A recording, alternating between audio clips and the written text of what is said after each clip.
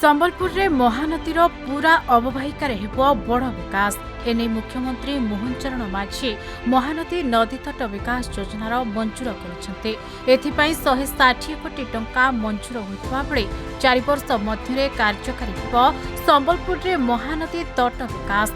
यहासह 2025-26 रु 2027-28 मध्यरे एही योजना कार्यकारी हेबो। संबलपुर महानदी कूल मंथलिया चाउरपुर ब्रिज पर्यंत विकास हेब। पार्किंग स्थान, jogging park, selfie point, park, खोला जिम, घाटर उन्नतीकरण, स्नान घाट, आरती घाट, थीम प्लाजा, शॉपिंग कॉम्प्लेक्स, शौचालय आदि निर्माण हेब। सेपटे एहाकु नै संबलपुरवासी केन्द्रमंत्री धर्मेन्द्र प्रधान, देशर प्रधानमंत्री नरेंद्र मोदी और मुख्यमंत्री मोहन चरण माझी को धन्यवाद जणाइछन्ते। भारतीय जनता पार्टी आडू ए जगह गोटे प्रतिश्रुति दि जाइथिला संबलपुर रिंग रोड उन्नतीकरण, बेरेज निर्माण, ता संगे मंदिरिया ठारू चाउरपुर पर्यंत सौंदर्यीकरण महानदी तटपटरे ताकू वर्तमान सरकार अनुमोदन करिसेंती। 160 कोटी टंका घोषणा करिसेंती। एहा द्वारा Sambalpur ring road Mahanadi side रे आपनकर खोला जिम हबो, पार्क हबो, चलापथ हबो, नदीर विभिन्न पड़ार घाट गुड़ाक उन्नतीकरण हम, लाइटिंग हम।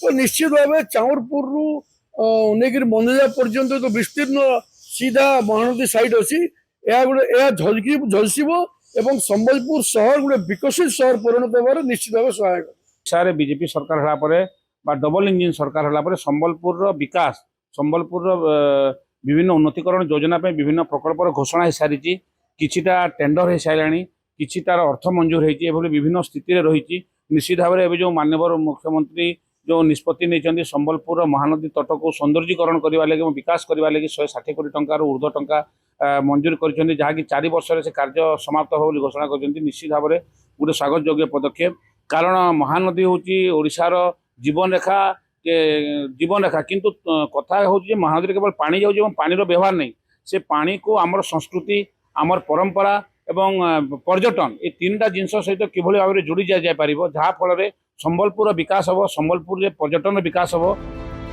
एही महत्व पदक्षेप महानदीर विभिन्न गुरुत्वपूर्ण स्थान को स्वच्छ और सुंदर करने सह सांस्कृतिक तथा आध्यात्मिक पर्यटन प्रमुख केन्द्र में परिणत हो।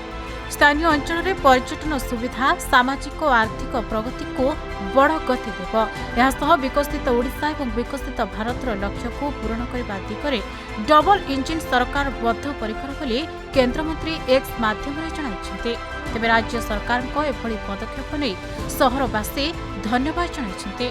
पूर्वर महानदी रिभर फ्रंट योजना पाई राज्य सरकार 150 कोटी घोषणा करथिबा बेले माटी परीक्षा सरिछि। खूब शीघ्र एही काम आरंभ हेबो बोली जणापड़िछि।